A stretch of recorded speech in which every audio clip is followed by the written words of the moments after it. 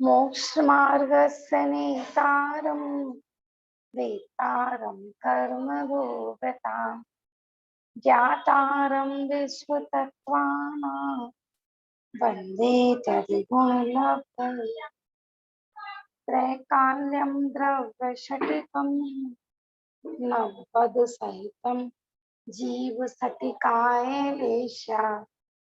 पञ्चान्ने चास्ति काया व्रत समिति गति ज्ञान चारित्र भेदा इत्येतन्मोक्षमूलं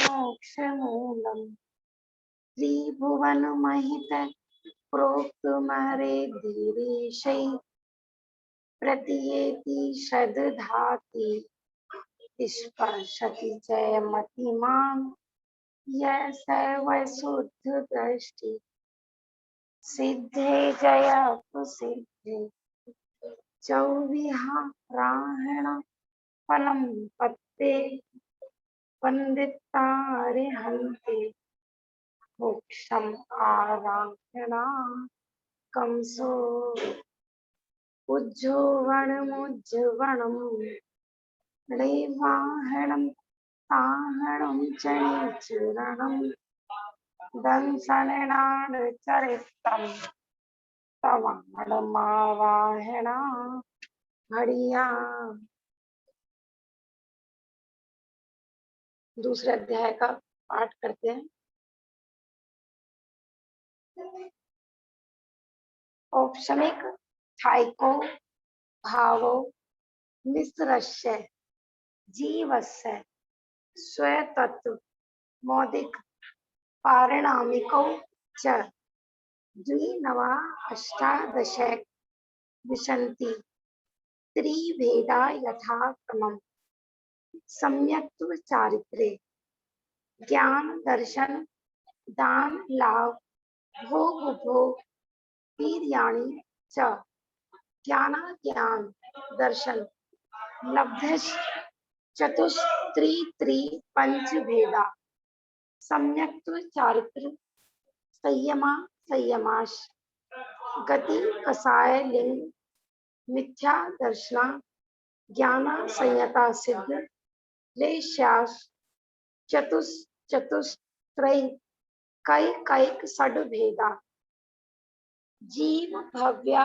भव्यत्वानि च उपयोगो लक्षणम् स द्विविधो अष्ट चतुर्भेद संसारिणो मुक्ताश्च समनस्का अमनस्का संसारिणे त्रस्थावरा प्रति व्यक्ते जो वायु वनस्पत्य स्थावरा द्विन्द्रियादिया तथा पंचेन्द्रियाणि द्विविधानि निर्वृत्युकरणे द्रव्येन्द्रियम् लब्ध्युपयोगौ भागेन्द्रियम् स्पर्शन रसन घ्राण चक्षु श्रोत प्राणी स्पर्श रस गंध वर्ण शब्दास तदर्था श्रुतम निन्द्रियस्य वनस्पत्यन्ता नामेकम् क्रमी पिपीलिका भ्रमर मनुष्यादीना में कैक वृद्धानि संगीना समनस्का विग्रह गतौ कर्म योगा अनुश्रेणी गति अविग्रह जीवस्य विग्रहवती च संसारिणे प्राग चतुरभ्य एक सम्या अविग्रह एकम द्वे त्रिन्वाना हार्क समूर्छन गर्भोपादा जन्मा सचित शीत समृता सेत्रा मिश्राश्चय शस्त ज्योने जरायु जांडज पोता नाम गर्भ देव नारकाणामो पाद शेषाणाम समूर्छनम औदारिक वैक्य आरक तेजस्कारमाणि शरीराणि परम परम सूक्ष्मम प्रदेश तो असंख्ये गुणम प्राग तैजसात् अनंत गुणे परे अप्रतिघाते अनादि संबंधे च सर्वस्य तदा दीनी भाज्यानि युगपदे कस्मिन्ना चतुरभ्य निरुपभोगमन्त्यं कर्म सम्मोचनज माध्यम औपाधिकं वैक्तिकं लब्धि प्रत्यम च तेजस्मपि शुभम विशुद्धम व्याघाति चाहारकम प्रमत्त संयतस्य नारद सम्मूर्छनो नपुंसकानि न देवः शेषा स्त्री वेदा औपाधिक चर्मोत्तम देहा असंख्य वर्षायुषो अनपवर्त आयुष है।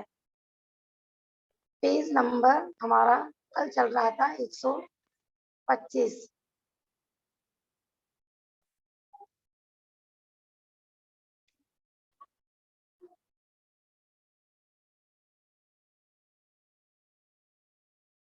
कल हमने 36 से लेके 44 नंबर तक के सूत्र जी देखे थे।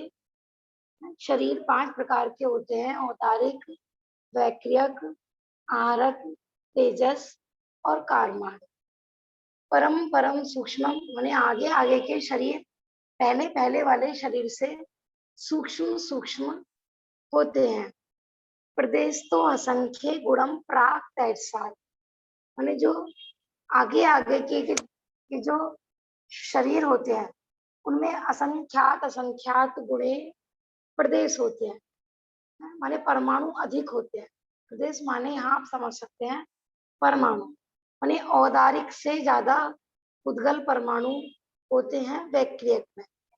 वैक्रियक शरीर से असंख्यात गुणे परमाणु ज्यादा होते हैं आहारक शरीर में।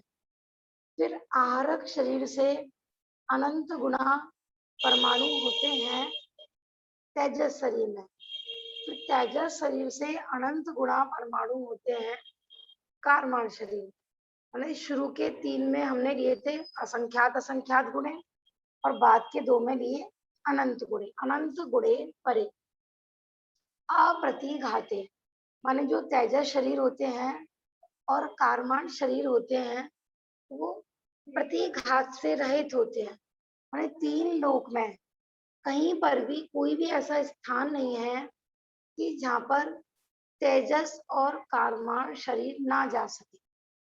जीव कहीं भी मरण को प्राप्त हो, लेकिन तेजस और कारमान शरीर जब आत्मा होती है 3 लोक के किसी भी कोने में जा सकती है, इसलिए इसको बोला अप्रतिघाते।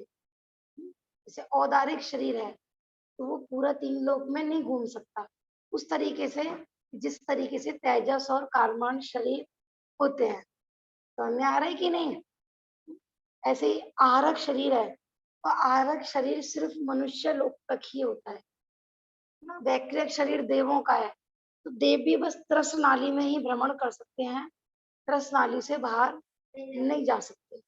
इसलिए तेजस और कारमान शरीर को बोला अप्रतिघात ना। 3 लोक में उन्हें बिना किसी रुकावट के ये विचरण कर सकते हैं। अनादि संबंधे च तेजस शरीर और कारमान शरीर, इन 2 शरीरों का संबंध अनादि काल से है ना। जब से यह आत्मा है अनादि काल से, तब से ये 2 शरीर के बिना हम कभी नहीं रहे। औदारिक और वैक्रियक तो बदलते रहते हैं, यद्यपि देखो किसी अपेक्षा तेजस और कारमान भी चेंज होते हैं। माने पहले जो कर्म थे वो उदय में आ गए, नए बंधे, फिर वो नए उदय में आए। तो इस अपेक्षा तो कारमान शरीर भी चेंज होता रहता है, लेकिन इन 2 शरीर का संबंध छूटा नहीं है जीव का आज तक। इसलिए कहता है अनादि संबंधे च सर्वस्य माने सभी संसारी जीवों के यह शरीर होते हैं, तेजस शरीर और कारमान शरीर। तदा दीनी भाज्यानि युगपदे कस्मिन्ना चतुरभ्य माने तेजस और कारमान। तदा दीनी माने जो पूर्व में बताए गए हैं, तेजस और कारमान शरीर तो कंपलसरी हो गए, इनके साथ साथ माने इनके रहते हुए एक समय में एक साथ एक जीव के अधिकतम 4 शरीर हो सकते हैं औदारिक हो सकता है, तेजस कार्बन तो रहते ही है, उसके साथ औदारिक और आहारक ऐसे 4 शरीर हो सकते हैं। निरुपभोग मानते हैं, माने जो अंतिम जो कार्बन शरीर है जिसे लोगों को ग्रहण नहीं करता है ना। माने बाकी देखो औदारिक शरीर है, वह भी 5 इंद्रिय के विषय भोगों को ग्रहण करता है। वैकृत शरीर है, वह भी ग्रहण करता है। आहारक शरीर है, वह भी ग्रहण करता है। लेकिन किसकी अपेक्षा देखो तेजस है ना, तेजस और कार्मा, वैसे ये दोनों ही ना निरुपभोग में आते हैं। तेजस शरीर भी ऐसा कोई 5 इंद्रिय के विषय ग्रहण नहीं करता है कि कोई चक्षु इंद्रिय संबंधी, कर्ण इंद्रिय संबंधी ग्रहण करता है, लेकिन फिर भी उसको यहाँ पर क्यों नहीं लिया है?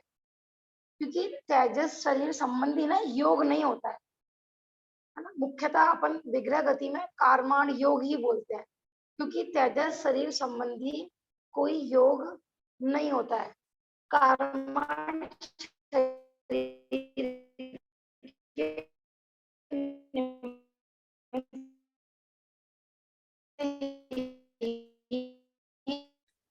अभी ये आवाज सही नहीं आ रही है।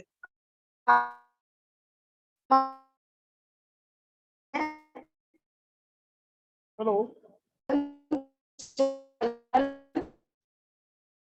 आंटी जी, कट कट के आ रही है।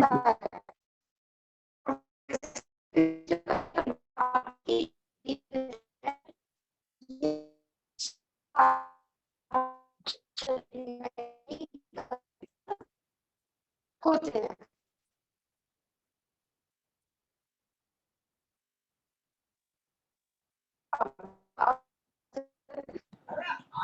आवाज नहीं आ रही।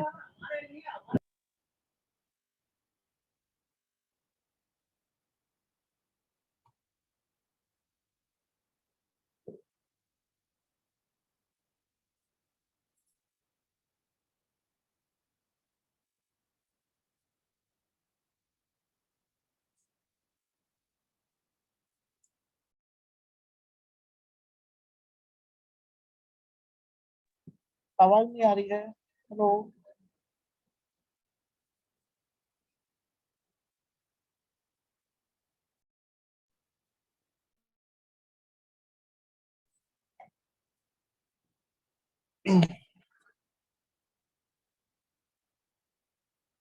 इधर लाओ बेटा। हेलो, हाँ जी, आवाज नहीं आ रही है। अब आई क्या आवाज? हाँ जी आंटी जी। हाँ, थोड़ी नेटवर्क प्रॉब्लम हो गई थी। मैं दोबारा से पीडीएफ शेयर करती हूँ। एक बार इसको रिपीट कर दीजिएगा। हाँ जी, हाँ जी।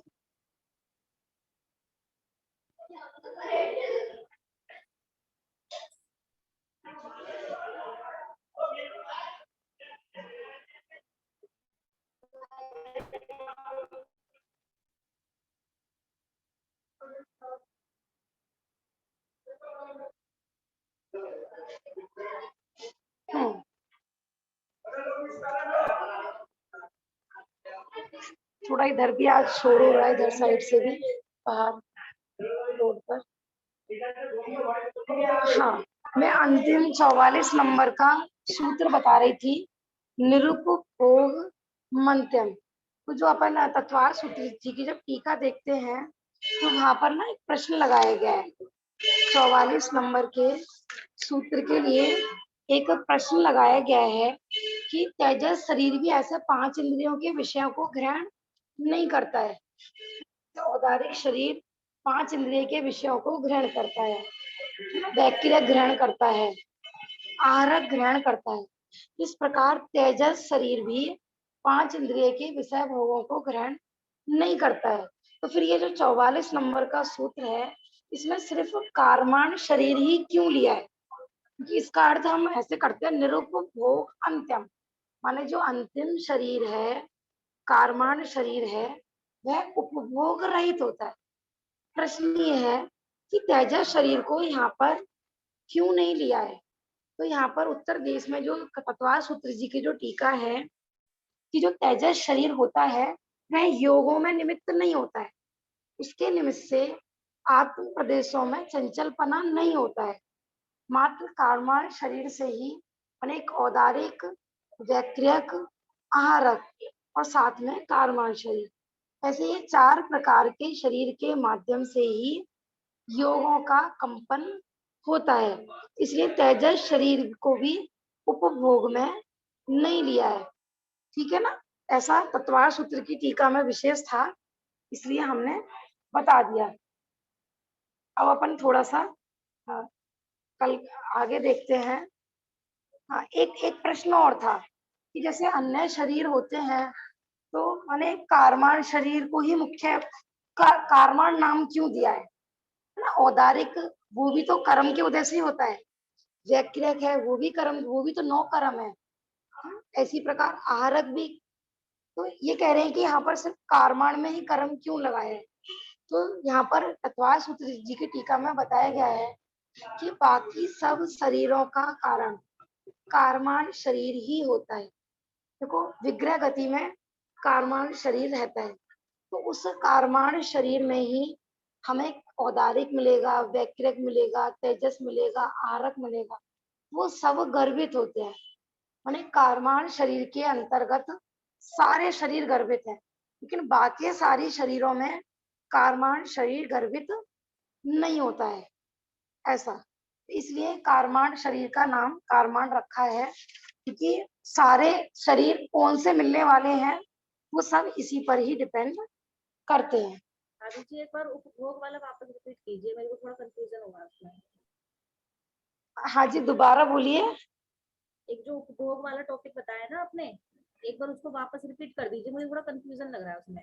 हाँ देखो, निरुपभोग मंत्र, उपभोग माने होता है पंच इंद्रिय के विषयों को ग्रहण करना। यानी औदारिक शरीर से अपन देख सकते हैं कि वहां पर 5 इंद्रियां होती हैं, सुन सकते हैं, चख सकते हैं, तो 5 इंद्रिय संबंधी विषय भोग होता है।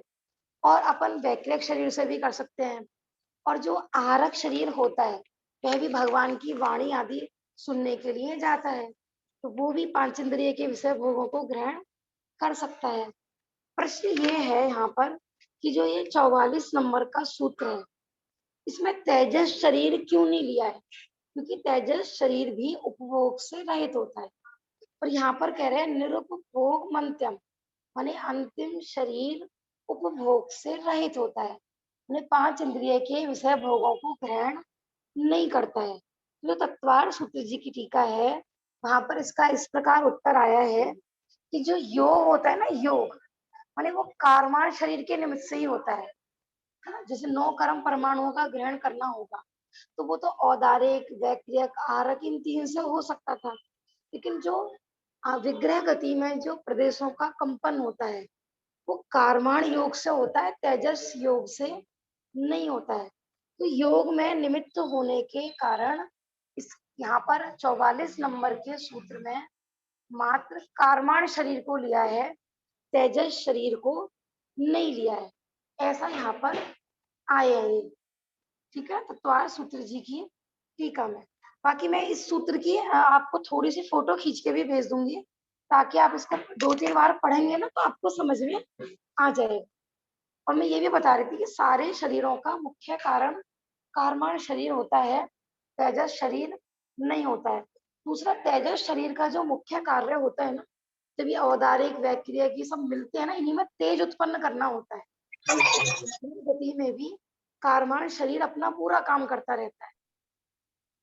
ऐसा ये भाभी जी, कारमान शरीर के अंदर तो कर्म योग होता है विग्रह गति के अंदर, तो हाँ जी, कोई ना कोई तो ये उपभोग कर ही रहा है ना, तो इसको निरुपभोग कहना सही नहीं है, तेजस को कहना चाहिए था हमें।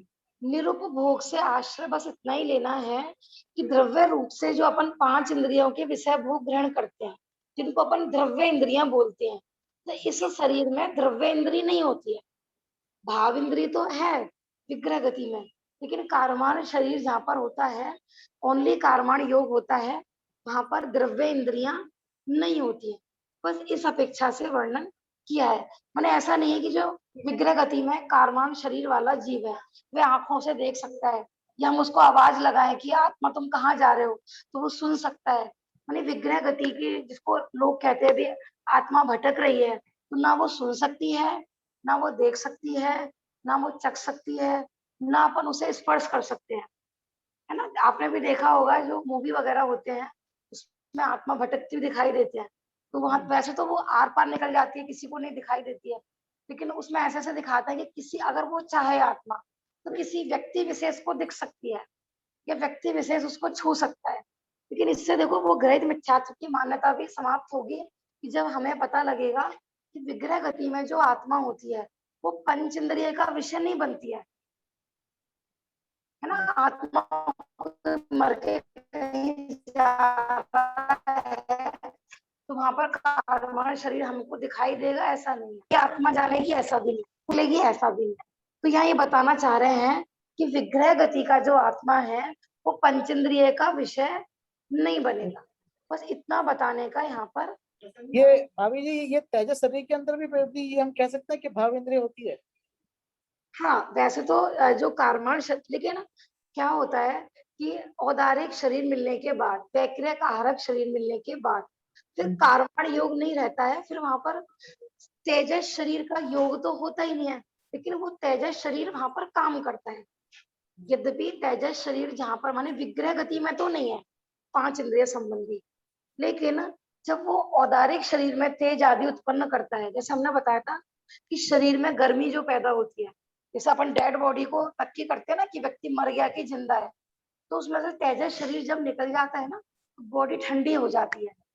तो हम उसका माने प्रत्यक्ष डायरेक्ट तेजस शरीर तो नहीं देख सकते, लेकिन हम औदारिक शरीर, वैक्रियक शरीर, आरक शरीर, इनमें जो तेज होता है ना, इसके माध्यम से अपन अनुमान से तेजस शरीर को ज्ञात कर सकते हैं। और तो और जो हमारे शरीर में भोजन आदि पचाने का काम होता है ना, जिसको अपन जठर अग्नि वगैरह बोलते हैं, वो भी सब तेजस शरीर का ही कार्य होता है। इसलिए तेजस शरीर माने औदारिक शरीर के माध्यम से पकड़ में आ सकता है, स्पर्श आदि के माध्यम से, लेकिन फिर भी डायरेक्ट पंचेंद्रियों का विषय नहीं है, तो ये भी निरुपभोग में ही आता है। लेकिन इस सूत्र में नहीं लेने का कारण बस इतना ही बताया है कि ये योगों में निमित्त नहीं होता है, ऐसा। ठीक। हाँ जी। हाँ अपन अब कहाँ पे पहुंच गए थे, कल 3 पॉइंट हो गए थे ना। भाभी जी 5 इंद्रियों का विषय नहीं बनता है या 5 इंद्रियों के विषय को ग्रहण नहीं करता है, इन दोनों ग्रहण में से? करता है। कारमान शरीर है माने जो द्रव्य रूप से पांच इंद्रियों के विषय, ना तो उनका विषय बनता है और ना ही ग्रहण करता है। ना तो हमें पांच इंद्रियों से वो दिखाई देगा या फील होगा, और ना ही वह स्वयं भी पांच माने द्रव्य इंद्रियों को ग्रहण नहीं करता है, और ना ही उनके विषय भोगों को ग्रहण करता है ना। कारमान शरीर ऐसा नहीं है कि वो आंख से देखेगा, क्योंकि वहां पे आंख है ही नहीं, है ना। भाव चक्षु यद्यपि है वहां पर, लेकिन वहां पर ये वाली आंख नहीं है ना, कैसे पांच इंद्रियों के विषयों को ग्रहण करेगा, इस अपेक्षा से लेना है। तो कल हमने ये शरीर देखे थे ना, औदारिक शरीर मनुष्य और त्रियंचों के होते हैं, वैक्रिक शरीर देव और नारकियों के होता है, आहारक शरीर हाँ आहारक आहारक रिधिधारी जो मुनिराज होते हैं उनके होता है। कल जो भैया बात कह रहे थे नोएडा वाले भैया, जो 64 रिद्धियां है ना, मैंने भी आज वो देखी थी दोबारा से, तो उसमें देखो अलग से तत्वार सूत्र जी की जो प्रदुम्न कुमार जी की टीका है, तो वहां पर इसका नाम रिद्धि आया है, अलग से इसको आहारक रिद्धि कहते हैं, लेकिन 64 रिद्धियों में इनका नाम नहीं है। आहारक रिद्धि का 64 रिद्धि में नाम नहीं है, तो ऐसे मुझे पर्टिकुलर रीजन तो नहीं मिला, लेकिन अपन थोड़ा अनुमान से इस तरह से याद कर सकते हैं कि आहारक में शरीर में इसको लेते हैं।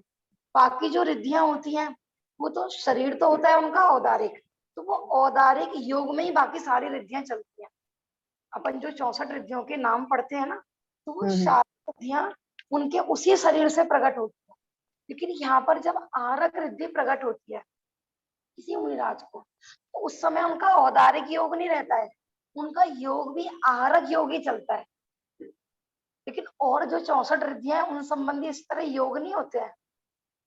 समझ में आ रहा है ना। तो ऐसा वैसे मुझे तो देखो इस तरह का कोई आगम में इस तरह से मिला नहीं, लेकिन मैं इस तरह से आपको बताना चाह रही हूँ कि माने 64 रिद्धियों में ऐसा कोई शरीर नहीं है, इनको अलग से 5 शरीर में आरक शरीर को स्पेशल रखा है और इसको पुरुषाकार बताया जाता है पूरा। और उस समय मुनिराज का जो योग चलता है ना, वो औदारिक योग नहीं होता है, आहारक योगी होता है, क्योंकि एक बार में एक ही योग होता है।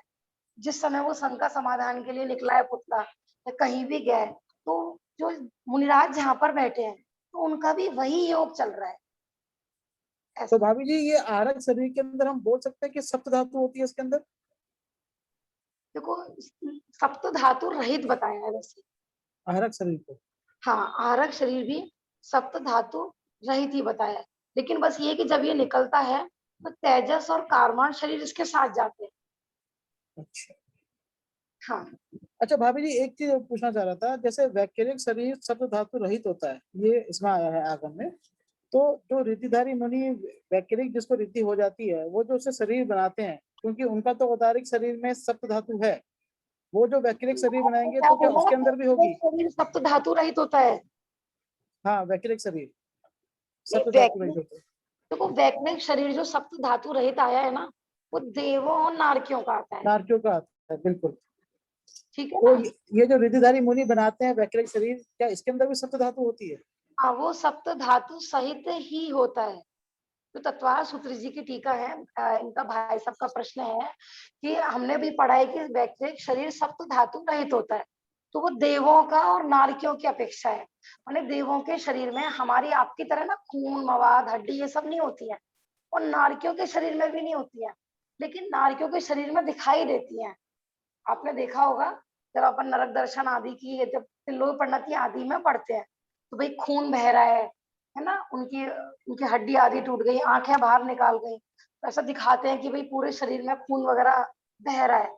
लेकिन वो सब वैक्रिया की है, वो सप्त धातु नहीं है। ठीक है ना, वो वैक्रिक शरीर की ही इस तरह की रचना है, लेकिन मनुष्य की तरह उसमें सप्त धातु नहीं होती है। लेकिन जो तप के प्रभाव से या रिद्धि आदि से प्रकट होता है, मुनिराजों के हो या फिर चक्रवर्ती की जैसे विक्रिया होती है ना, ऐसा। लेकिन उनके बारे में ऐसा है, चक्रवर्ती के बारे में, कि उनका शरीर सप्त धातु सहित होता है। तत्वार सूत्र जी की टीका में ऐसा उल्लेख है कि जो चक्रवर्ती होता है ना, वो अपने शरीर के, उसका आता है ना, उसकी 96,000 रानियां होती हैं, रानियां होती है, ठीक। देखा होगा। तो मूल शरीर तो रहता है पटरानी के पास, बाकी रानियों के पास, माने मूल शरीर नहीं जाता है। तो 96,000 में से आप एक कम कर दो, कितनी विक्रिया हो गई? 95,999 वो वैक्रिक शरीर बनाता है। तो वो जो अपनी रानियों का भोग करता है वो उन्हीं शरीरों से करता है। इतना भी आया है कि अन्य रानियों के जो संतान उत्पत्ति होती है ना, वो विक्रिया वाले शरीर से होती है, मूल शरीर से होती नहीं है। इससे पता लगता है, हाँ, पटरानी के संतान नहीं होती जहाँ पर मूल शरीर रहता है। इससे पता लगता है कि वैक्रिक शरीर में भी इसी तरह की सप्त धातु होती है, जब संतान उत्पत्ति हो सकती है विक्रिया के शरीर से, ऐसा। ठीक है ना, ये तत्वार सार में ही इस चीज का उल्लेख है। सब रानियों को ऐसा लगता है कि हमारे पास मूल शरीर है, माने ऐसा नहीं है कि जो रियल वाले चक्रवर्ती हैं तो उनको डिफरेंस नजर में आएगा। हाँ, किसी को भी नहीं पता होता, वो तो हमको पता है कि आगम में, माने उनकी रानियों को नहीं पता होगा कि हमारे पास असली वाले चक्रवर्ती की नकली वाले, वास्तव में वो सब असली ही होते हैं। ठीक है ना। हाँ, देखो परमाणुओं का भी कैसा परिणमन होता है, एक साथ देखो 96,000 रूप, और फिर जब मानो जब वो सारी रानियों के पास से जब वो वापस इकट्ठ, माने क्योंकि अंतर मुहूर्त से ज्यादा तो रहती नहीं है विक्रिया, अब वो वापस जब समटता होंगे, अब सारे परमाणु कहाँ चले जाते हैं, कोई डेड बॉडी भी नजर नहीं आती है, हाँ? कोई परमाणु उड़ते हुए भी नजर नहीं आते। माने परमाणु में भी कितनी पावर है? आत्मा भी देखो पहले सारे शरीरों में व्याप्त हो गया है ना, सब रानियों के अलग अलग महल होते हैं, सारा 96,000 जगह वो आत्मा के प्रदेश फैले हुए हैं, और फिर समट के एक जगह आ गए, तो वो जो बॉडी बनी होगी सप्त धातु सहित, वो अदृश्य हो जाती है एकदम, पूरी की पूरी रचना है। ये सभी चक्रवर्तियों के साथ ऐसा होता है? ये ये सभी चक्रवर्तियों के साथ ऐसा होता है विक्रिया वैक्रिक शरीर? हाँ जी, सब चक्रवर्तियों के बारे में ऐसा ही आता है कि सभी चक्रवर्तियों की पावर सेम होती है। ठीक है ना, सभी 96,000 बना सकते हैं रूप, इनकी मैक्सिमम पावर बताई है। बाकी जैसे अवसर पड़ी काल में घटते घटते कम हुई हो सकती तो बात अलग है, लेकिन कहीं ऐसा आया नहीं है, क्योंकि जब भी अपन चक्रवर्ती तो ये लिखा रहता है कि ये भरत चक्रवर्ती का वर्णन, वहां तो कॉमन लिखा रहता है, हजार रानियां होती है, ये सभी चक्रवर्तियों का उत्पन्न होता तो है। ये सिर्फ अंतर मुहूर्त के लिए होते जाते हैं भाभी जी बस? अंतर मुहूर्त के लिए बनती है विक्रिया, लेकिन वो अंतर मुहूर्त में तुरंत दूसरी माने पकड़ में नहीं आएगी किसी को। हर अंतर मुहूर्त में रहती है लेकिन पकड़ नहीं आती है, बहुत शीघ्रता से ये रचना चेंज होती है। ऐसा अंतर मुहूर्त माने होता है माने 48 मिनट से 1-2 समय कम, ठीक है ना। और इधर एक आवली प्लस एक समय से अधिक। सबसे कम अंतर मुहूर्त होगा एक आवली प्लस एक समय, ये तो हो गया सबसे छोटा अंतर मुहूर्त। आवली, आवली माने आंवला नहीं, एक आवली आप समझ लीजिए असंख्यात समयों की एक आवली होती है। आवली माने यहाँ आंवले से मतलब नहीं है, ये भी जैसे अपन सेकंड और मिनट बोलते हैं ना, तो ऐसे ही जब अपन असंख्यात समय को कलेक्ट करेंगे माने असंख्यात समय बीतने पर एक आवली बनती है। तो एक आवली प्लस एक समय, तो वहां से सबसे छोटा अंतर मुहूर्त प्रारंभ होता है। मुहूर्त कहते हैं, देखो 48 मिनट का नाम है मुहूर्त। अपन कहते हैं ना मुहूर्त निकला जा रहा है, शादी का मुहूर्त निकलवाओ, तो मुहूर्त माने क्योंकि जो 24 घंटे होते हैं ना, तो इनके मुहूर्त में यदि विभाजन करते हैं तो सबके नाम होते हैं हर मुहूर्त के। अपने देखो धवलाजी आदि ग्रंथ में भी आए, मेरे पास भी लिखे हुए एक जगह कि कौन माने किस मुहूर्त का कौन कौन सा नाम होता है। तो कुछ शुभ मुहूर्त होते हैं, कुछ अशुभ मुहूर्त होते हैं। तो मुहूर्त माने 48 मिनट का एक मुहूर्त होता है। अब 48 मिनट से 2 समय कम और इधर एक आवली प्लस एक समय, बीच के सब अंतर मुहूर्त है। माने मुहूर्त के अंदर अंदर जितने भी है ना, सब अंतर मुहूर्त ऐसा। तब एक आवली 2 समय, एक आवली 3 समय, एक आवली 4 समय, ऐसा करते करते करते करते 47 है ना 48 मिनट से 2 समय तक सब अंतर मुहूर्त। इसलिए अंतर मुहूर्त भी असंख्यात प्रकार का हो गया, जैसे अपन कहते हैं ना। हाँ जी, ये आंवली में कैसे कर सकते हैं? छह छह आंवली का एक समय होता है। नहीं नहीं नहीं, समय तो सबसे छोटी इकाई होती है, हाँ, काल और से आंवली से बड़ी छोटी इकाई है। इकाई समय होती है। तो 6 आवली में भी आप असंख्यात असंख्यात माने 6 बार असंख्यात कर लो, तब 6 आवली हो जाएगी। 6 आवली माने कि 6 बार असंख्यात असंख्यात कर लो। हाँ। नहीं नहीं भाभी जी, समय जो है वो सबसे छोटी इकाई है और हाँ, आंवली उससे तो बड़ी है। तो कोई कहे कि एक आंवली में कितने समय होते हैं, तो छह एक छह आवली में असंख्यात समय। असंख्यात समय होते हैं। जी, माने असंख्यात समय व्यतीत हो जाते हैं तब एक आवली काउंट होती है। ऐसे और ऐसे एक सेकंड में असंख्यात आवली बीत जाती है, एक सेकंड में असंख्यात आवली हो जाती है। माने इतना सूक्ष्म है कि अपने ज्ञान गम में नहीं है। हमें तो जब माने अपन तो सिर्फ एक सेकंड ही पकड़ पाते हैं, ज्यादा ज्यादा आधा सेकंड, चौथाई सेकंड पकड़ में आ जाएगा, ठीक है ना। जैसे थर्मामीटर से नापते हैं, अभी चलो भाई आधा, उसमें भी सेकंड भी कितना है। लेकिन वर्तमान में मैंने एक बार बताया था ना आपको, ऐसे ऐसे कैमरे बने हैं, नैनो सेकंड, पिको सेकंड, इन सबकी खोज हुई है। 96,000 नैनो सेकंड और 96,000 पिको सेकंड। हाँ, जो ये क्रिकेट के मैदान आदि में होते हैं ना, उन्हें एक एक सेकंड की मूवमेंट, सेकंड के कितने मतलब 100 भागवे की मूवमेंट, एक सेकंड का 100वें भाग का भी मूवमेंट, 1000वें भाग की भी मूवमेंट, जब तो बार बार जूम कर करके देखते हैं सारा जो क्रिकेट वगैरह में चलता है। ऐसा जो ये सब कंपटीशन होते हैं ना, वहाँ ऐसे ही होता है, सब भाग दौड़ का है। हमें लगेगा कि दोनों जो दौड़ करने वाले व्यक्ति है ना सेम टाइम पे पहुंचे हैं, लेकिन वो एक सेम टाइम के बिना फिर विभाजन कर देते हैं, उस आधार पर फर्स्ट सेकंड आदि ये सब किए जाते हैं। हाँ। कैमरा खींच, एक कैमरा बना है ऐसा। हाँ, सही बात है। हाँ, ठीक है ना। आहारक शरीर तक हो गया था। औदारिक शरीर आदि चौथे नंबर का पॉइंट चल रहा था हमारा। औदारिक आदि शरीरों को कांति प्रदान करने वाला शरीर तेजस शरीर होता है ना। तेजस शरीर का क्या कार्य है कि औदारिक, वैक्रियक, आहारक, इन सब शरीरों में तेज उत्पन्न करता है, कांति उत्पन्न करता है ना। किसी किसी में तो बहुत तेज होता है, माने तीर्थंकरों में तो इतना तेज होता है कि करोड़ों सूरज की आभा भी फीकी पड़ जाए, जिसको अपन भामंडल बोलते हैं ना, तो भामंडल कोई लाइटिंग वाइटिंग नहीं होती है। अपन तो बचपन में ऐसा सोचते थे कोई प्लेट लगी रहती है भगवान के पीछे, उसको भामंडल कहते हैं, है ना। प्लेट को ही भामंडल समझते थे। भामंडल माने भगवान, माने उसको प्रभा मंडल बोलते हैं, है? माने उनके शरीर से ऐसा तेज निकलता है कि चारों तरफ अपने आप ही ऐसे सर्कल टाइप में बन जाता है। तो महापुरुषों में जैसे आपने हिस्ट्री आदि की बुक देखी होंगी ना, तो स्कूलों में जब भी कोई महापुरुष का फोटो बनाते हैं तो ऐसे गोल गोल गोल गोल कर देते हैं। वो सिर्फ सिर के पीछे ही नहीं होता है, भगवान के मात्र सर के पीछे भामंडल नहीं होता है, पूरे शरीर के राउंड में बनता है वो आभा मंडल जिसको बोलते हैं। ठीक है ना। तो ये सब कांति आदि उत्पन्न करना तेजस शरीर का कार्य है। हाँ, ये सब देखो सब पुण्य का प्रताप होता है। अपन सोचे क्रीम पाउडर करके फेशियल करके भैया बहुत शाइनिंग आएगी, भैया कुछ नहीं होने वाला।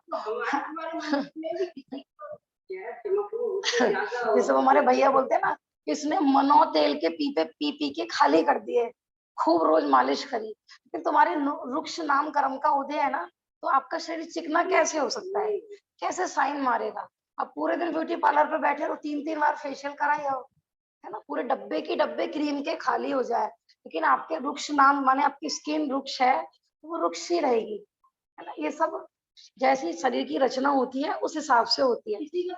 हाँ, किसी का चिकना शरीर होता है, बिना क्रीम लगाए हुए ही शाइन करता रहता है, सब तरह के लोग होते हैं।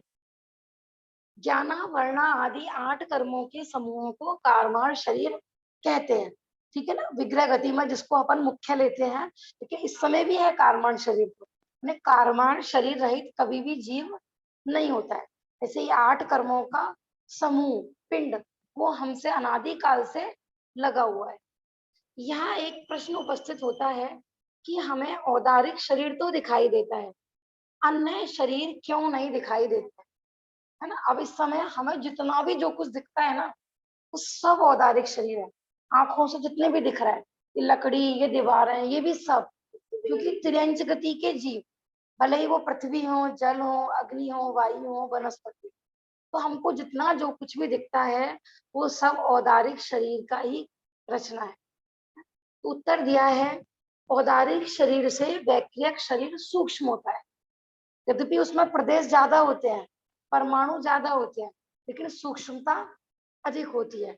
और वैक्रियक से आहारक और सूक्ष्म होता है। मानो किसी मुनिराज के मस्तिष्क से आहारक पुतला निकल के जा रहा है ना, वो भरत क्षेत्र में विराजमान है और विदेह क्षेत्र में जा रहा है, तो हम आपको दिखाई नहीं देगा, वो इतना सूक्ष्म होता है। आहारक से फिर तेजस सूक्ष्म होता है, और सबसे ज्यादा सूक्ष्म होता है कारमाण शरीर। कारमाण शरीर किसी को भी नहीं दिखाई देगा। हमने कहा ना, तेजस शरीर तो अपन अनुमान से ज्ञात भी कर लेते हैं, लेकिन कारमाण शरीर विग्रह गति में जाता हुआ किसी को भी नहीं दिखेगा, है ना। कर्म का जब उदय आता है औदारिक आदि पे, तभी अपन अनुमान लगाते हैं कि भी हाँ ये कर्म का उदय इस तरह से चल रहा है, ऐसा। तो इसलिए हमें आंखों से नहीं दिखाई देते हैं। देखो बहुत सारे, हाँ जी, जैसे जब ये शरीर जीव विग्रह गति में जाता है, इस शरीर को छोड़ता है, तो जैसे मोहवश ये सारी क्रियाएं करता है जब जीते होता है, तो जिस समय जा रहा होता है उसको दिखाई, मतलब ये मोह नहीं आता कि मेरे घर वाले, मेरे रिश्तेदार रो रहे हैं, उनको देख पड़ेगा। भाभी जी का प्रश्न है, जब ये जाता है उसको मोह नहीं आता। देखो वो भी तो पराधीन है ना। मानो उसको मोह हो भी, जाने वाला व्यक्ति, मानो जो मरण आसन में जीव है, उसको मोह हो भी कि मैं नहीं जाऊं, तो क्या रुक सकता है क्या? वो नहीं रुक सकता। हाँ, क्योंकि संसार अवस्था में ऐसी पराधीनता होती है कि वो चाहे भी ना रुकना, है ना, किसी के राग वश या द्वेष वश, तो वो रुक नहीं सकता है। क्योंकि जब आयु पूरी हो जाती है, 3 काल में 3 लोग में कोई ऐसी देवी देवता नहीं प्रकट होते कि वो उसको 1 सेकंड के लिए भी रोक ले, है ना। वस्तु का स्वरूप ही ऐसा है कि आयु पूरी होने के बाद एक समय भी नहीं रुक सकता उस शरीर में, जस्ट तुरंत। ठीक है ना। और मोह होता भी है, मुंह में रुलता भी रहता है। और हाँ जी, हाँ, क्या कह रहे हैं? हाँ हाँ, इसी चक्कर में वो बाहर है, तो घर से दूर रहा है, हाँ, तो घर पे ऐसा हो जाता है कि वो घर पे एहसास हो जाता है। हाँ, भाई साहब का प्रश्न है कि हमारा कोई हितैषी है ना, अपने कोई परिवार का बंदा है, कहीं पर वो मरण को प्राप्त हो, तो घर के लोगों को एहसास हो जाता है। तो कई बार क्या होता है ना कि ऐसे निमित्त नैमित्तिक संबंध होते हैं, या मैंने कहा ना अष्टांग निमित्त भी होता है। कई बार स्वप्न आदि को, ये आपने एक ना यूट्यूब पे भी कुछ दिन पहले ना भैया के एक प्रवचन हुए थे मनोवैज्ञानिक, मतलब उन्होंने मनोवैज्ञानिक रूप में प्रस्तुतिकरण की थी, थोड़ा धर्म को ही समझा रहे थे। तो जैसे ऐसा होता है ना, हम यहाँ बैठे हुए हैं, तो कई बार ऐसा होता है ना, हम किसी व्यक्ति को यहाँ से याद कर रहे हैं, तो ऐसा निमित्त नैमित्तिक संबंध होता है, उसको भी ऐसा लगता है, हमें लगता है हम उसको फोन लगाएंगे, उसको भी वहां पर हमसे राग हो रहा होता है। तो ये सब मनोवैज्ञानिक तर्कणाएं होती हैं, ऐसा होता है। कई बार देखो, मैं बताती हूँ, जैसे हमारी मम्मी है ना, तो वो कहती है कि कोई भी बच्चा बीमार होने वाला होता है, जैसे हम लोग भाई बहन है, तो कहती है मुझे ऐसा ऐसा लगता है कि कोई बच्चा बीमार है। और तो कई लोग ऐसे भी होते हैं, कहीं किसी मतलब अपने पूरे परिवार में भी किसी का मरण होने वाला हो ना, तो उनको ऐसा अनुमान ज्ञान से ज्ञात हो जाता है कि कुछ होने वाला है घर में। ये सब अपनी ज्ञानावरणी दक्षिणावरणी संबंधी सबकी अपनी अपनी योग्यता होती है ना, इसमें किसी को ज्यादा होता है। स्वप्न भी होता है ना, किसी का बिल्कुल सत्य हो जाता है, किसी को बीमारी जनित होते हैं, तो कोई दिक्कत नहीं है, ऐसा होता है। निमित्त इसको अष्टांग निमित्त ज्ञान बोलते हैं, ऐसा होता है। अभी जैसे ये बेटा है ना, पीछे बैठा है, ये ना कई बार मेरी ऐसी हंसी से उड़ाता रहता है, क्योंकि नानी ना ऐसे कहती थी, कल परसों क्या हुआ, चींटियां बहुत ज्यादा हो रही थी। अभी जिस दिन लास्ट बारिश हुई थी ना बहुत तेज वाली, तो बहुत ज्यादा निकल के आई थी। कई बार होती है बचपन की ना, छोटे बच्चों को बात सिखाई जाए वो दिमाग में ऐसी बैठ जाती है। तो हमारी मम्मी ने कहती थी चींटियां ना, ये ना बिल बदल रही है, बारिश आएगी। तो मैं इसको बोलने लगी कि नानू आज बारिश आएगी, ऐसा भी कहीं होता है। शाम को अचानक से बारिश आ गई। अभी सबसे कहता घूम रहा था कि मम्मी कह रही थी वो चींटियां निकली थी ना, इसलिए बारिश हो रही। तो ऐसा, और देखो हम लोगों को इतना अंदाजा नहीं होता है, पुराने लोगों को चाहे देखो पढ़े लिखे भी नहीं होते थे, फिर भी उनको इस तरह का कुछ मतलब निमित्त नैमित्तिक कह लो, या बिल्ली के रोने की आवाज से, कुत्ते की आवाज से, तो उनको ऐसी फीलिंग हो जाती थी। तो ये कई बार हंसता है। हाँ, हाँ, हाँ।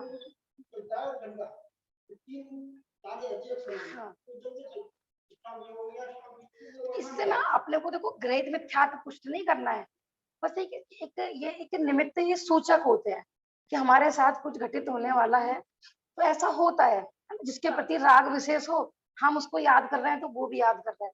उस जो आप सीडी सुनना देखो वो वाली है, मुझे तो मनोविज्ञान का ज्यादा ज्ञान नहीं है, उसमें ऐसे उसमें पता है। हाँ,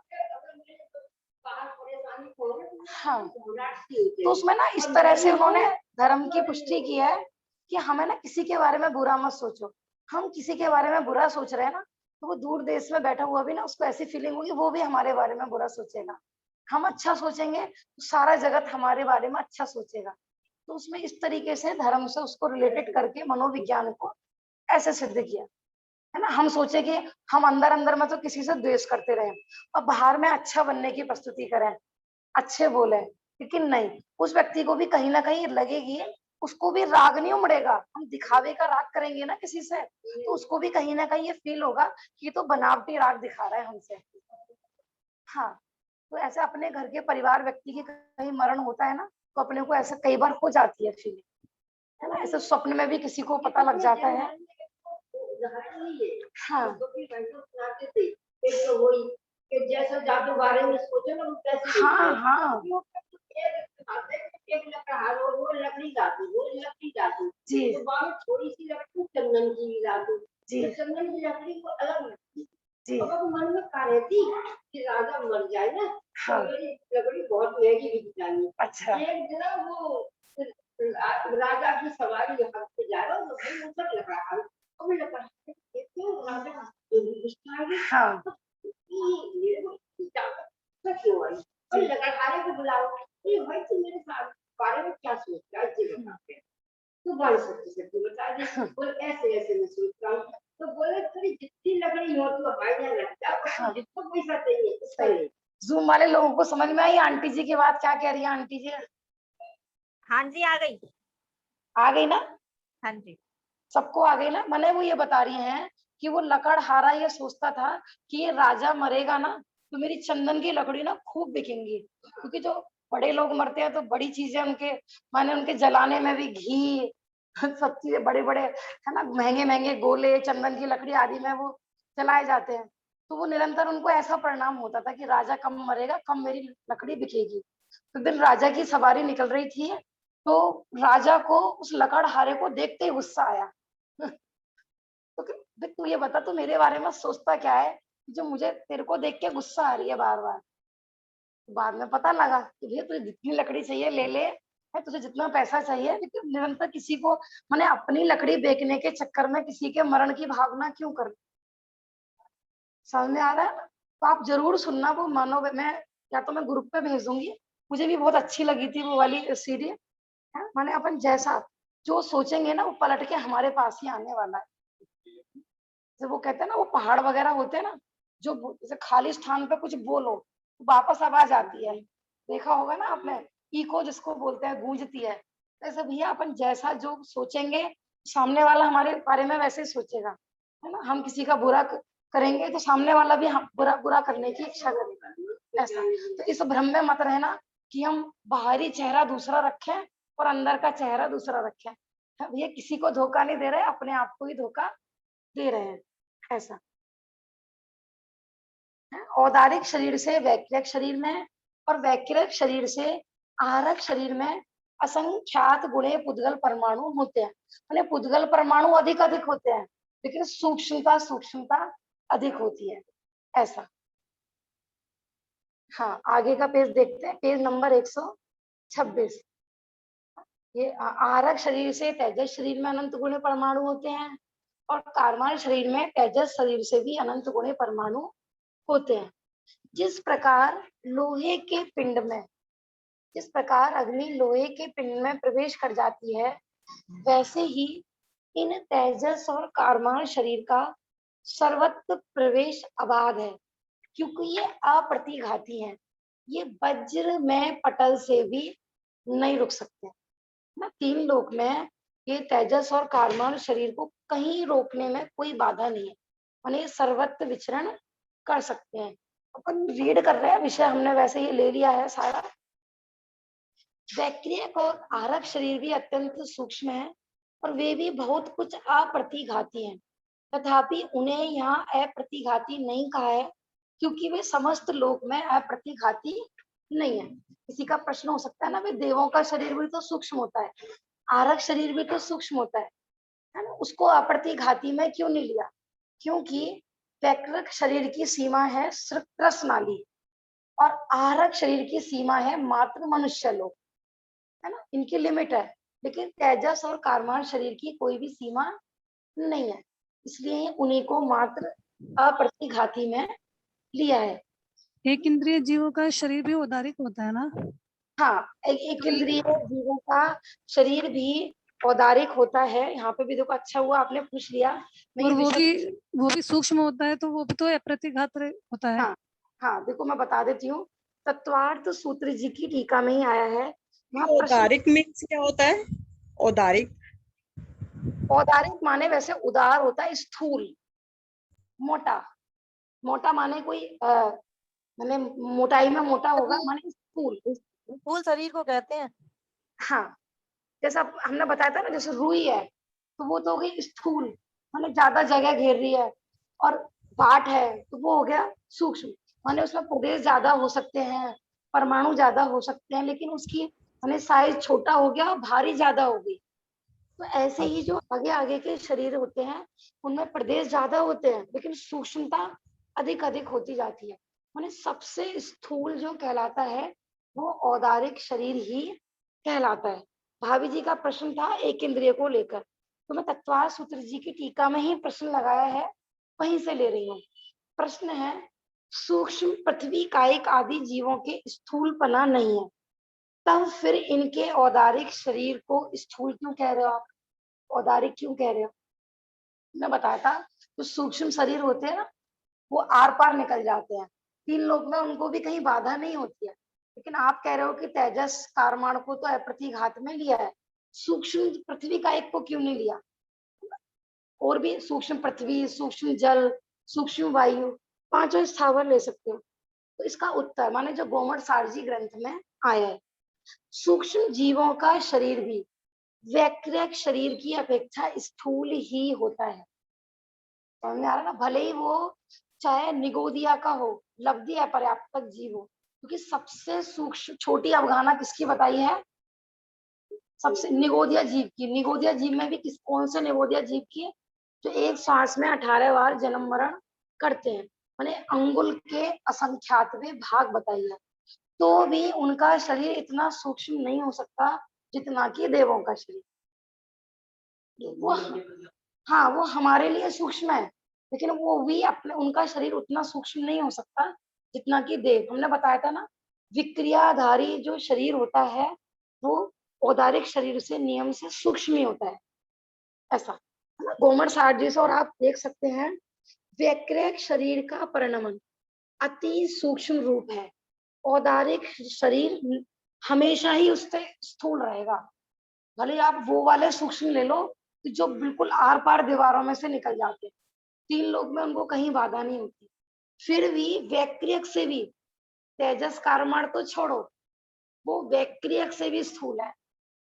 चाहे वो पृथ्वी के जीव हो, जल के जीव हो, वो बात अलग है। देखो क्या होता है, जितनी जितनी सूक्ष्मता होती है ना, यद्यपि वो भी 5 इंद्रियों के विषय नहीं है, लेकिन ये सब केवल ज्ञान गम्य होता है। या तो सर्वावधि ज्ञान का विषय बनता है या केवल ज्ञान का। हम आपको दिखाई नहीं दे सकते हैं। हमको तो जब बहुत सारे पृथ्वी कायिक मिल जाते हैं ना तब दिखते हैं, बहुत सारे जल कायिक मिल जाते हैं तब दिखते हैं, माने अनंतानंत मिलके तब हमको ग्रुप दिखता है, ठीक है ना। अतः सूक्ष्म जीवों के औदारिक शरीर भी स्थूल ही कहा जाएगा, है ना। औदारिक माने उदार, स्थूल, या उदार माने वो वाला उदार नहीं, स्थूल, बड़ा, इस तरीके से।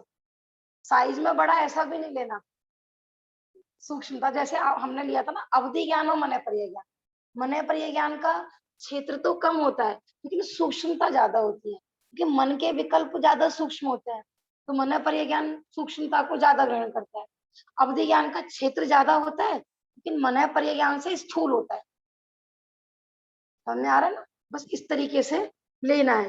ये तत्वार सूत्र जी की टीका में है ना, जो विशेष अध्ययन के जिज्ञासु जीव होते हैं, तो वो सारी टीका मैंने तत्वार सूत्र जी की ऐसी एक से एक टीकाएं हैं, उसके माध्यम से आप सब विषय देख सकते हैं। भाभी और जी, पर उदारिक से वैकृत दोबारा बता दीजिए, देवों का कैसे बताया आपने? जो देवों का शरीर है ना, जैसे सौधर्मेंद्र है, भले उसका 7 हाथ का शरीर हो, है ना, वैक्रियक है, लेकिन नियम से वैक्रियक शरीर औदारिक से सूक्ष्म ही होता है। चाहे वो औदारिक शरीर सबसे सूक्ष्म वाला ले लो आप, माने सबसे छोटा औदारिक शरीर निगोदिया अपर्याप्तक जीव का होता है, उसको अपन सूक्ष्म लब्धि अपर्याप्तक निगोदिया कहते हैं। और सबसे बड़ा किसका होता है औदारिक शरीर? सबसे बड़ा औदारिक शरीर बताओ किसका होता है? स्वयंभू रमण के मच्छ का। शंभु रमण समुद्र में जो मगरमच्छ होता है, सबसे बड़ा उसका शरीर होता है ना। अब देव चाहे उससे भी बड़ा शरीर बना ले, लेकिन सबसे बड़ा माने स्थूलता से, स्थूल सिर्फ औदारिक ही कहलाएगा, वैक्रियक सूक्ष्म ही होता है नियम, ठीक है ना। माने वो सूक्ष्मता को धारण किए ही। जैसे भाभी जी, सूक्ष्म निगोदिया जीव का तो हमारी इंद्रियों से हम देख नहीं सकते, हाँ तो जी, क्या 7 हाथ का होते हुए भी हम नहीं देख सकते देवों का शरीर? हाँ हमने बताया था ना, आजकल वर्तमान में व्यंतर भी निवास करते हैं। इतना इतना आया है कि असंख्यात असंख्यात रहते हैं व्यंतर, हमको दिखाई भी नहीं देते, एक भी नहीं दिखाई देता। कहाँ कि दिखाई वो देते तो हैं आपने बताओ? बताया था ना कि वो तो उनके अंदर योग्यता ऐसी है, वो करते हैं कि हमें दिखाई नहीं देते, चाहे तो दिख भी सकते हैं। चाहे तो दिख सकते हैं, माने वो ऐसा लेकिन देखो इस काल में ऐसी योग्यता भी बताई, माने इस काल में देव दर्शन नहीं होंगे। तो चंद्रगुप्त के 16 सपने थे ना, माने यहाँ पर अपनी भी माने पंचम काल के जीव की भी असामर्थ्य प्रकट किया वहां पर। वो देव विमान जाता हुआ, माने वैमानिक तो आएंगे ही नहीं, लेकिन बाकी देव दर्शन नहीं होंगे यहाँ पर। देवगति के देवों का भी आपस में, माने वो आएंगे तो सिर्फ विकृति रूप में ही, किसी दूसरे रूप में ही अपने को नहीं नहीं देखे, आते थे लेकिन पंचम काल में नहीं दिखाई देते। हाँ क्षेत्र में आते हैं। वो मैं ये कह रही थी, माने किसी दूसरे रूप में दिखाई देते हैं, इस तरीके से। आपने देखा होगा, माने को जैसे घड़े वगैरह में भी आमंत्रित करते हैं ना, माने आज भी जो वश में कर लेते हैं मंत्रों से व्यंतर आदि को, तो वो भी किसी ना किसी वस्तु के माध्यम से बुलाते हैं। मोस्टली तो वो घड़ा ही रखते हैं, कोई लोटा भी रख लेता है, माने किसी किसी चीज के अंदर बुलाते हैं वो। अब देखना, उसको मंत्रित करते हैं। हाँ भाभी जी, ये जो सवारी आती है किसी किसी को, यक्ष जी, बाबा की सवारी आती है, किसी को क्षेत्रपाल की सवारी आती है, क्या ये भी कुछ ऐसा ही है क्या ये? हाँ, ये भी व्यंतर आदि की सारी विक्रिया होती है। देखो, ऐसा भी होता है वर्तमान में 90% तो बीमारी होती है। 90% माने अपनी जो ब्रह्मचारिणी दीदी है कल्पना बहन जी, उन्होंने बताया था कि माने बात आदि इतनी भी बढ़ जाती है शरीर में, बात पित्त कफ 3 धातु होती है ना, माने आदमी भूतों की तरह नाचने लगे। आपको ऐसा लगेगा कि इसमें व्यंतर आया है, लेकिन व्यंतर होता नहीं है। आजकल क्या होता है कि जरा सी भी कुछ प्रॉब्लम हुई सर में या कहीं, तो हम सोचने लगते हैं ऊपरी है ऊपरी है। ये जरूरी नहीं है कि उस व्यक्ति पे ऊपरी हो, माने खूब बिल्कुल पागलों की तरह हरकत करने लगे, घर का सामान इधर उधर कर दे, तो भी ये हो सकता है कि उस पे व्यंतर नहीं हो, वो शरीर की ही बीमारी हो, ऐसा। तो क्योंकि आजकल क्या होता है कि जरा सा भी कुछ होता है ना, सब ऊपरी बताने लगते हैं, है ना? तो उसके माने जरूरी नहीं है कि सभी पर ये प्रॉब्लम होती हो, लेकिन जिस पर आती है ना वो अलग पता लग जाता है। हमने कहा ना, आवाज आदि बदल जाती है, अलग उस व्यक्ति का अलग ही फेस बता देता है कि इस पे व्यंतर आदि प्रकट हुआ है, क्योंकि फिर वो नहीं बोलता है जो व्यक्ति माने विक्रिया से उससे दूसरा बुलवाता है, इस तरीके से। मैंने बहुत लोगों ने देखा होगा आसपास ऐसा, ठीक है ना। और जो करने वाले होते हैं ना, मैंने हमारे एक दो मतलब पहले जानते थे, कि हम दीदी के यहाँ रहे थे ना अलीगढ़ में, तो वहाँ वो लोग थे, तो वो बताते थे जैसे रात को ना, इनकी भी जो आमंत्रित करने वाले होते हैं ना, इनकी भी ना बहुत हिम्मत होती है, क्योंकि उनको भी अपने मरने का बहुत भय होता है।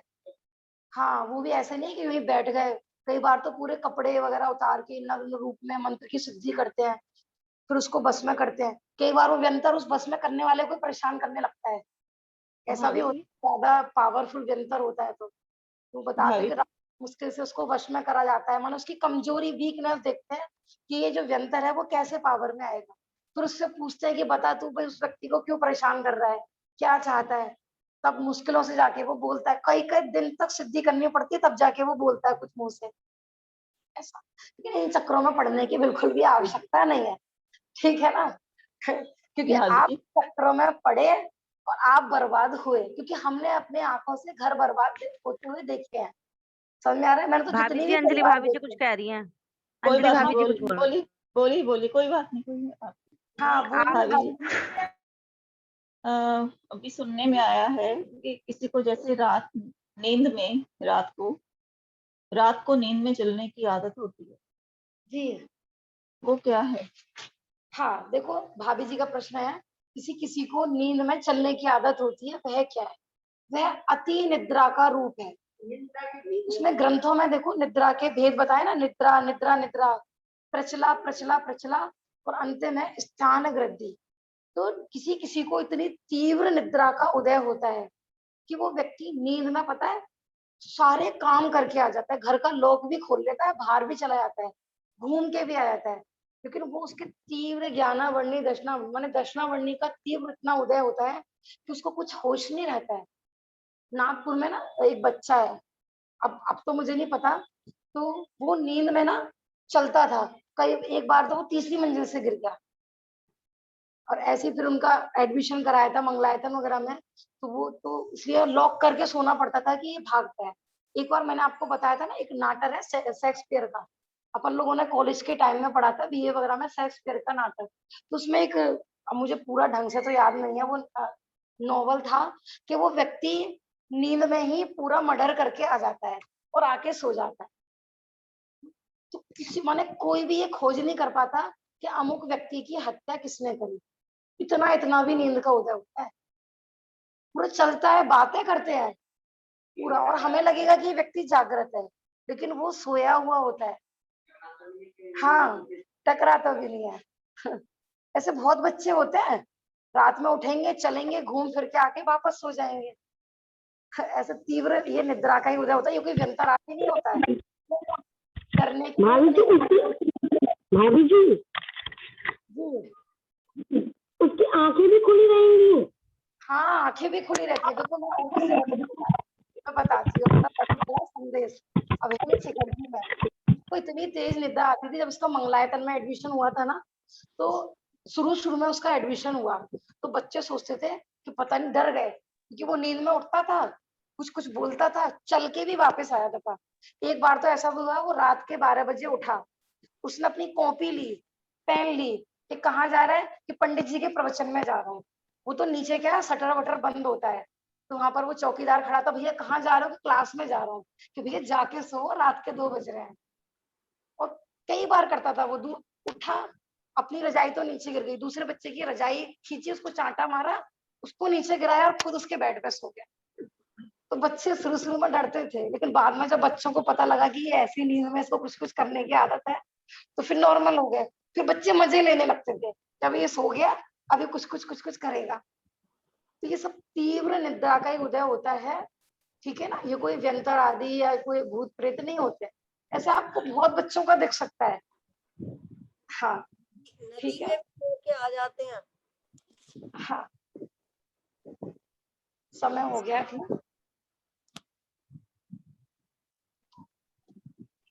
निज निधि निज ने बताई, यह अनंत उपकार है, उसके लिए जिन वाणी का वंदना सदा।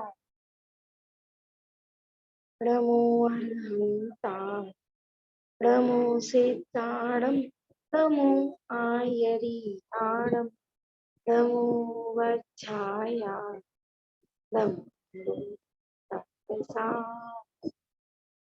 बोलो जिनवाणी माता की जय, महान जैन धर्म की जय। जय हिंद भाभी जी। जय हिंद।